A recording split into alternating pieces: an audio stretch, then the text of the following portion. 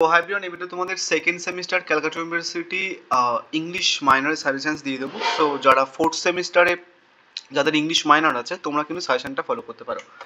Basically হচ্ছে কি যে মাইনরদের জন্য সাজেশনস, যারা এমডিসি স্টুডেন্ট আছো সেকেন্ড সেমিস্টার তোমাদের জন্য বলছি। আমি তোমাদের একটা পরে সাজেশন ভিডিও পোস্ট করে দেবো। আদারওয়াইজ কিছু কোশ্চেন্স আছে যেগুলো তোমাদের না পড়লেও চলবে, তাহলে সেই কোশ্চেন্সগুলো পড়তে হবে। তো সেই কারণের জন্য তোমাদের একটা সেপারেট একটা সাজেশন ভিডিও পোস্ট করে দেবো, ওখানে দেবো আমি, ডোন্ট ওয়ারি। বলেছি যখন দেবো। বেসিক্যালি এই ভিডিওটা ফোর্থ এবং সেকেন্ড সেমিস্টার যারা মাইনর নিয়েছো তাদের জন্য। তোমরা যে এখানটায় যে কোশ্চেন্সগুলো রেখেছে আমি সেই সমস্ত কোশ্চেন্সগুলো করে গেলে সমস্ত কোশ্চেন 100% কমন পেয়ে যাবে। ইভেন কেউ যদি নোটস কিনতে চাও তাহলে হচ্ছে কি যে 9382012069 এই নাম্বারে হোয়াটসঅ্যাপ করতে পারো, নোটস পেয়ে যাবে। নোটসের প্রাইস হচ্ছে কি যে 287। এবার চলো কোশ্চেন্সগুলো দেখে নিই। তোমাদের সিলেবাসটা আমি বলছি না, সিলেবাস যারা দেখে নিতে পারো। এটা সেকশন 1 এর সিলেবাস আর এটা হচ্ছে কি সেকশন 2 এর সিলেবাস। তো সেকশন 2 এ তোমাদের টোটাল হচ্ছে কি টোটাল 5টা গল্প আছে। তো 5টা গল্প থেকে 5টা না করলেও চলবে। টোটাল 5টা থেকে 5টা 15 মার্কসের প্রশ্ন দেবে। যে কোনো 3টে করতে হয় বেসিক্যালি 15 মার্কসের প্রশ্ন। তো তুমি যে কোনো 3টে মোটামুটি করে গেলেও হবে। তুমি যদি মনে করো যে office studies, dream children are Arabic করে যাবে তাহলেও কিন্তু হবে। এই বাকি দুটো না করলেও চলবে, এই দুটো না করলেও চলবে, বোঝা গেছে? অ্যান্ড আমি যে কোশ্চেন্সগুলো দিয়েছি যদি সেই কোশ্চেন্সগুলো করে যাও, মানে 3টে কোশ্চেন্স জাস্ট করে যাবে এখান থেকে, তাহলে হয়ে যায়। বেশি অত খাটাখাটনি করার দরকার নেই, পরীক্ষার বেশি দিন বাকি নেই। এবার চলো সাজেশনে দেখে নিই। প্রথমে আমি আসি সেকশন 1-এ। সেকশন 1-এ তোমাদের হচ্ছে কি যে history of English literature pros আছে, মানে গল্প আছে। তো এখানটায় তোমাদের 15 মার্কসের না 3টে প্রশ্ন দেবে। যে কোনো একটা 15 মার্কসের অ্যান্সার্স করতে হবে। 5 মার্কসও 3টে প্রশ্ন দেবে, যে কোনো একটা 5 মার্কসের অ্যান্সার্স করতে হবে। এটা হলো সিলেবাসের কোশ্চেন প্যাটার্ন, অনেকে জানো না, বলে দিলাম। এবার আমি এখান থেকে টোটাল 4টে প্রশ্ন দিয়েছি, মানে 15 মার্কসের 3টে আছে পরীক্ষাতে, আমি 4টে দিয়েছি। তো 4টে করে যাও, 4টের মধ্যে থেকে তোমরা একটা মাস্ট পাবে, 3টে পেয়ে যেতে পারো। চলো কোশ্চেনগুলো দেখে নিই। স্ক্রিনশট মারা আগে ভালো করে শুনে নাও, আদারওয়াইজ কিন্তু পস্তাবে। প্রথমে হচ্ছে কি দেখো, write an essay on the Elizabethan pros with special reference to any one major writer. যে কোনো একজন মেজর রাইটারের পয়েন্ট অফ ভিউয়ে এলিজাবেথান প্রোজের উপরে একটা এসে লিখতে বলা হয়েছে, একটা ছোট প্রবন্ধ, একটা প্যাসেজ লিখতে বলা হয়েছে, এসে লিখতে বলা হয়েছে। তো তুমি যে কোনো একজনকে নিয়ে লিখতে বলা হয়েছে, তো তুমি হচ্ছে কি জন লিলিকে নিয়ে লিখতে পারো, বা হচ্ছে কি যে সিডনিকে নিয়ে লিখতে পারো। এবং যখন তুমি জন লিলিকে ডিসকাস করবে বা যখন অ্যান্সার তুমি প্রিপেয়ার করবে, একটা জিনিস মাথায় রাখবে যেন জন লিলির অ্যানাটমি অফ উইটটা থাকে। তার কারণ জন লিলির হচ্ছে কি অ্যানাটমি অফ উইটটা ইম্পর্টেন্ট। সিডনিকে নিয়ে ডিসকাস করবে, দুজনকে নিয়ে ভালো করে পড়ে নেবে। এখানটা আমি একজনকে নিয়ে দিয়েছি, বাট তুমি দুজনকে নিয়ে পড়ে নেবে। জন লিলিকে নিয়ে পড়ে নেবে এবং সিডনিকে নিয়ে পড়ে নেবে। তাহলে এলিজাবেথান এজের একটা কোশ্চেন্স দিয়েছি যেখানটায় একজন প্রোজকে নিয়ে এলিজাবেথান এজকে ডিসকাস করতে বলা হয়েছে, আমি দুজনকে নিয়ে দিয়েছি, জন লিলি এবং সিডনি। ঠিক আছে? তার কারণ সিডনির অ্যাপোলজি ফর দ্য পোয়েট্রি এটা কিন্তু 5 মার্কস ইম্পর্টেন্ট। তো এই কারণের জন্য ভালো করে পড়ে নেবে। নোটস কীভাবে প্রিপেয়ার করতে হবে সেটাও কিন্তু এখানে মেনশন করা আছে। নেক্সট এবার 2 নম্বরে আসি। 2 নম্বরে মোস্ট ইম্পর্টেন্ট প্রশ্ন হচ্ছে কি যে rise of 18th century novel with special reference to any one writer. যে কোনো একজন রাইটারের point of view 18th century নোবেলের উপর একটা এসে লিখতে বলা আছে, কাইন্ড অফ সেম। তো তুমি এখানটায় হেনরি ফিল্ডিংকে লিখতে পারো। ঠিক আছে? এবার তোমাদের হয়তো প্রশ্নটা ঘুরেও আসতে পারে, মানে এই প্রশ্নটা না দিয়ে তোমাদের বলে হয়তো assess the importance of Henry Fielding in the rise of 18th century novel, এবার দিতে পারে। বা বলতে পারে যে write a short essay on the rise of 18th century novel. একই প্রশ্ন, পুরোটার প্রশ্নটা একই বলতে গেলে। তো তুমি বেসিক্যালি এখানটায় 3জনকে নিয়ে পড়ে নেবে, Henry fielding, Daniel Defoe and Walter Scott. এই 3জনকে নিয়ে পড়ে নেবে। তার কারণ হচ্ছে কি হেনরি ফিল্ডিংয়ের কিছু রাইটিং আছে, জাস্ট মেনশন করা হয়নি আমার, কিছু রাইটিং ইম্পর্টেন্ট 5 মার্কসের জন্য। ডেনিয়েল ডিফের হচ্ছে কি রবিনসন ক্রুসো 5 মার্কসের জন্য ইম্পর্টেন্ট, এবং ওয়াল্টার স্কটের হচ্ছে কি এই প্রশ্নটা ইম্পর্টেন্ট 5 মার্কসের জন্য।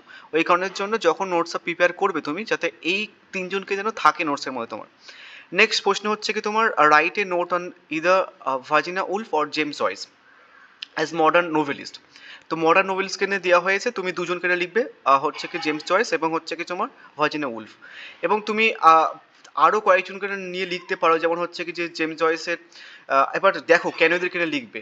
তার কারণ জেমস জয়েসের হচ্ছে কি ইউলিসিসটা 5 মার্কের জন্য ইম্পর্টেন্ট। তো তুমি যদি জেমস জয়েসটা নিয়ে বা ভার্জিনা উলফকে নিয়ে মডার্ন নোভেলিস্টের একটা নোটস বানিয়ে নাও, তাহলে কিন্তু তোমার অন্যান্য 5 মার্কসের প্রশ্নটা হয়ে যাচ্ছে। তুমি 3জনকে নিয়ে পড়ে নেবে, ঠিক আছে? এই প্রশ্নটা জোসেফ কনরাডকে নিয়েও পড়তে হবে, তার কারণ হার্ট অফ ডার্কনেস 5 মার্কের জন্য ইম্পর্টেন্ট। তো প্রত্যেক মানে এই প্রশ্নটা দুজনকে নিয়ে বানাবে, এবং এটা হচ্ছে কি যে তিনজনকে নিয়ে বানাবে, এটা তিনজনকে নিয়ে বানাবে, মানে নোটসটা যেন তিনজনের পয়েন্ট অফ ভিউ থাকে। মডার্ন নোভেলিস্টদেরকে নিয়ে ডিসকাস করছো যেন তিনজন নোভেলিস্ট থাকে, 18th সেঞ্চুরি নোভেলিস্টকে নিয়ে ডিসকাস করছো যেন তিনজন নোভেলিস্ট থাকে, তাহলে তোমার অ্যান্সারটা পারফেক্ট হয় 5 মার্কসের জন্য, আর সেপারেট অন্য কোনো প্রশ্ন পড়তে হবে না। আর একটা এই তিনটের মধ্যে তুমি একটা পেয়ে যাবে, এই তিনটের মধ্যে তুমি একটা পেয়ে যাবে, হয়তো দুটো পেয়ে যেতে পারো। তিনটে দেবে তো, তিনটের মধ্যে থেকে তুমি এই তিনটে থেকে, মানে পরীক্ষায় তোমাদের তিনটে প্রশ্ন দেবে 15 মার্কসের। তো এই যে ফার্স্ট তিনটে আমার রেখেছি আমি, এই তিনটে থেকেই তুমি হচ্ছে কি যে একটা প্রশ্ন তো মাস্ট পাই 15 মার্কসের পরীক্ষাতে কমন, এবং এখান থেকেই দুটো প্রশ্ন মাস্ট কমন পেয়ে যেতে পারো। এবং আর একটা 4 দাগের প্রশ্ন দিয়েছি, তুমি চাইলে করতে পারো, এবং 4 দাগের প্রশ্নটা কি, রাইট এসে অন দ্য রেস্টুরেন্ট প্রোজ। তো এবার তুমি হচ্ছে কি যে ড্রাইডেনকে নিয়ে লিখলে, অ্যাফ্রাবেনকে নিয়ে লিখলে, তার কারণ ড্রাইডেনের এটা ইম্পর্টেন্ট 5 মার্কসের জন্য, আর এটা ইম্পর্টেন্ট 5 মার্কসের জন্য অ্যাফ্রাবেনের। তো এই টোটাল গেল 15 মার্কসের সেকশানে, 15 মার্কসের প্রশ্ন সাজেশন এটা। এবার 5 মার্কসের প্রশ্নগুলো দেখে নাও। 5 মার্কসের প্রশ্ন হচ্ছে কি যে ফার্স্ট প্রশ্ন হচ্ছে কি জোসেফ এডিসনকে লিখতে হবে তোমাদেরকে। জোসেফ এডিসনের হচ্ছে একটা ফেমাস রাইটিং আছে, ওটাও দেখে নিও। জোসেফ এডিসনের যে সমস্ত ফেমাস রাইটিংসগুলো রয়েছে দেন সেগুলো দেখে নিও, তাহলে সুবিধা হবে, আমি জাস্ট মেনশন করতে ভুলে গেছি। নেক্সট হচ্ছে কি তোমার ক্যাথরিন ম্যানসফিল্ড। ক্যাথরিন ম্যানসফিল্ড তোমাদের ইম্পর্টেন্ট, এবং ক্যাথরিন ম্যানসফিল্ডকে ডিরেক্টলি না দিয়ে তোমাদের বলতে পারে যে স্ট্রিম অফ কনসিয়াসনেস ব্যাপারটা নিয়ে লেখো বা কিছু এরকম বলতে পারে। তো ক্যাথরিন ম্যানসফিল্ড আসুক বা স্ট্রিম অফ কনসিয়াসনেস আসুক, কিন্তু একই অ্যান্সার হবে। এবং ক্যাথরিন ম্যানসফিল্ডের আরও কিছু লেখা আছে, যেমন ব্লিস ক্যাথরিন ম্যানসফিল্ড লিখেছে, the doll's house Katherine Mansfield লিখেছে, প্রেলিউডস ক্যাথরিন ম্যানসফিল্ড লিখেছে। তো যখন তুমি ক্যাথরিন ম্যানসফিল্ডের অ্যান্সারটা তৈরি করবে তখন যেন স্ট্রিম অফ কনসিয়াসনেস ওয়ার্ডটা থাকে, ব্লিস থাকে, এবং হচ্ছে কি ডলস হাউস এবং প্রেলিউড যেন থাকে, এই কথাগুলো যেন থাকে তোমার নোটসের মধ্যে। নেক্সট আরেকটা 5 মার্কসের প্রশ্ন হচ্ছে কি চার্লস ল্যাম্প। চার্লস ল্যাম্পের রেসিও অফ এলিয়া কিন্তু ইম্পর্টেন্ট ফর 5 মার্কস। অ্যান্ড আরেকটা হচ্ছে কি জোসেফ এডিসন। জোসেফ এডিসন হচ্ছে কি তোমার এই দুটো প্রশ্ন দিয়ে, সরি টোটাল 5টা প্রশ্ন। জোসেফ এডিসন দিয়েছি। জোসেফ এডিসন হচ্ছে কি স্পেকট্রেটর ইম্পর্টেন্ট ফর 5 মার্কসের জন্য। এবং আর একটা রয়েছে রিচার্ড স্টিল। রিচার্ড স্টিলের টেটলারটা ইম্পর্টেন্ট, এবং এই প্রশ্নটা না অ্যাকচুয়ালি হচ্ছে কি তোমার ওই যে 18th সেঞ্চুরির এখান দিয়ে হয়ে যাবে, মানে এই দুইয়ের দিকের প্রশ্ন দিয়ে হয়ে যাবে এই প্রশ্নটা। তাহলে টোটাল আমি এখানটায় 4টে প্রশ্ন দিয়েছি, কেন রিপিট হয়েছে, টোটাল 6টা হলো, দুটো বাদ দিলাম আমি, তাহলে 4টে। তাহলে 15 মার্কসের জন্য 4টে প্রশ্ন দিয়েছি, 5 মার্কসের জন্য 4টে প্রশ্ন দিয়েছি। এই 8টা প্রশ্ন করে গেলে তুমি এখান থেকে সবগুলো প্রশ্ন কমন পেয়ে যেতে পারো। এনিওয়েজ, এবার আমরা গল্পগুলো থেকে দেখব। অফিস স্টাডিজ দেখেছি, অফিস স্টাডিজ থেকে আমি একটা প্রশ্ন রেখেছি। এবার তোমরা যারা সাজেশনটা দেখছো, তোমরা কিন্তু যদি খাতায় লিখে থাকো, ব্যাপারটা হচ্ছে কি যে এখানটায় যতগুলো প্রশ্ন আমি রেখেছি অড হিসেবে, তোমরা সমস্ত প্রশ্ন দেখে যাবে, তাহলে কিন্তু আমাদের সুবিধা হবে। প্রথম কি প্রশ্ন রেখেছি, critically analyze office studies to bring out the vacant quality as an essayist। এবার দিতে পারে, প্রশ্নটা ঘুরে আসতে পারে, এগুলো কিন্তু অড প্রশ্ন। হ্যাঁ, discuss Bacon as an essayist with reference to of studies, এইভাবে বলতে পারে, বা বলতে পারে যে comment on the Bacon style in the essay of of studies, বা বলতে পারে Francis Bacon is called the father of modern essays. এই যে বেকন তোমাদের অফিস স্টাডিজ রয়েছে, যিনি বেকন লিখেছেন, উনিও কিন্তু হচ্ছে কি যে এলিজাবেথান এজের একজন প্রোজ রাইটার। তো তুমি ফার্স্ট যে প্রশ্নটার অ্যান্সার করা আছে বা প্রশ্ন দেওয়া রয়েছে, তুমি যদি মনে করো যে দাদা ফ্রান্সিস বেকনকে লিখবো, তাহলে কিন্তু হবে বেসিক্যালি। নেক্সট পরের প্রশ্ন রেখেছি, দেখো অড হিসেবে, Francis Bacon is called the father of modern essays, critically comment on the how of studies justifies it. Next অড হিসেবে রেখেছি, critically examine Bacon prescribe essays with this particular reference to their style and content। আর একটা দেখা আছে, analyse the essay of studies and show it is distinctive features. আর একটা হিসেবে রাখা আছে, in his essay of studies does Bacon value study for it is own sake or for practical use. তো একটা প্রশ্ন রেখেছি আমি অফিস স্টাডিজ থেকে, তোমাদের কিন্তু অফিস স্টাডিজ থেকে একটাই প্রশ্ন আসবে, তো তুমি এটা মুখস্থ করে যেও, তাহলে কিন্তু হয়ে যাবে। এবং একটা 5 মার্কসের প্রশ্ন আসবে কিন্তু অফিস স্টাডিজ থেকে, আমি একটাই রেখেছি, কি beacon pragmatic Outlook in office studies. তো পরীক্ষাতে যে কটা প্রশ্ন আসবে আমি ঠিক সেই কটা রেখেছি। কিন্তু তুমি দেখো এখানটায় দেখো, পরীক্ষাতে 3টে প্রশ্ন আসবে, আমি 4টে প্রশ্ন রেখেছি। 5 মার্কসে 3টে প্রশ্ন আসবে, আমি 4টে প্রশ্ন রেখেছি, জাস্ট একটা করে বেশি রেখেছি, বাট গল্পগুলো থেকে একটা একটা করে রেখেছি বেসিক্যালি, আর এর থেকে কমানো পসিবল নয়, তাহলে বাদ দিতে হবে পুরো। এবার আমি পরের প্রশ্ন হচ্ছে কি ড্রিম চিলড্রেন। ড্রিম চিলড্রেনও একটা প্রশ্ন রেখেছি আমি, discuss the Charles Lamb as a romantic essayist. এবার তোমাদের ধরো পরীক্ষাতে রোম্যান্টিক এসেইস্ট না দিয়ে শুধু হয়তো এটা বললো যে discuss Charles Lamb as a essayist with reference two dream children এভাবে বলতে পারে, রোমান্টিকটা নাও মেনশন করতে পারে, বাট একই অ্যান্সার হবে কিন্তু। এবং অরিজিনাল কিছু প্রশ্ন দেখে নাও। Comment on the Charles Lamb lyrical prose style as evident in dream children. Next হচ্ছে কি তোমার যে আর্ট অফ ক্যারেক্টারাইজেশন যে পয়েন্ট অফ ভিউটা সেটা, অ্যান্ড হচ্ছে কি comment on the Charles Lamb style essay with reference to the prescribed essay, and হচ্ছে কিছু view that Dream Children is a effective a narrative poem in prose, আর একটা রেখেছে টাইটেলটা। এবং হচ্ছে কিছু হিউম্যান অ্যান্ড প্যাথোসের যে কনটেক্সটটা সেটাও কিন্তু ঘুরে ফিরে দিতে পারে, যেটা বলছি মুখে সেটাও কিন্তু লিখে নাও।